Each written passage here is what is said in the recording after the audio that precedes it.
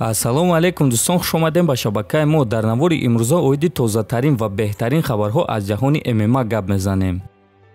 имрӯз воситаи ахбори омма хабар доданд ки ду ҷангвари вазни вазнини UFC Сирил ва Деррик Льюис барои камарбанди муваққатии вазни вазнин муҳориба хоҳанд бурд. аз рӯи гуфтаҳои президенти UFC Дана Вайт рӯзи 7 август дар турнири UFC 265 ду топови ҷангвари вазни вазнин Сирил ва Деррик Льюис барои камарбанди муваққатӣ муҳориба мегузаронанд.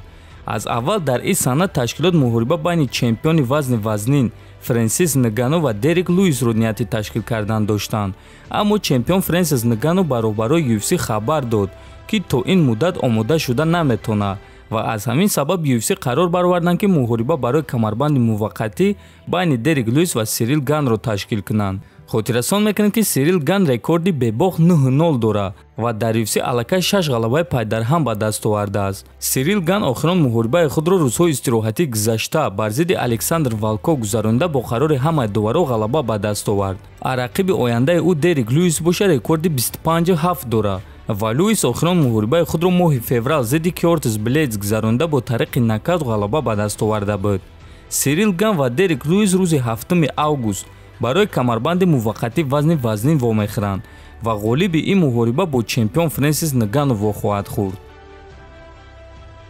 репери машҳури рус Алишер Моргенштерн ба Хабиб Нурмагомедов ҷавоб дод. хотиррасон мекунем ки моҳи март Хабиб Нурмагомедов оиди санъаткории Моргенштерн чунин суханҳо гуфта буд: дар ҳақиқат арзиш дигар шудааст ва аз ҳама тарсовараш ин кӯдакон аст.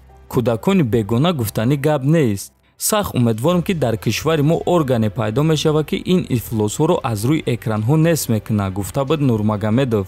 ва акнун баъди якчанд моҳ Моргенштерн ба Хабиб чунин ҷавоб дод: ма пешниҳод карданем ки ММА-ро дар кишварамон манъ кунем.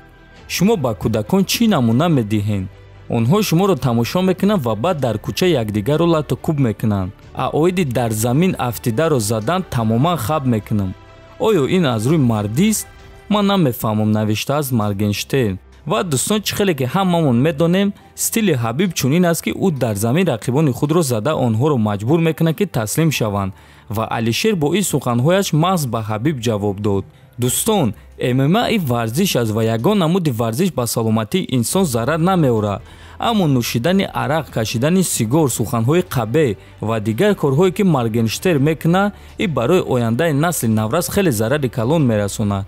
шумо чӣ фикр доред дӯстон? шумо тарафдори кӣ ҳастед? метавонед фикротонро дар комментария нависед.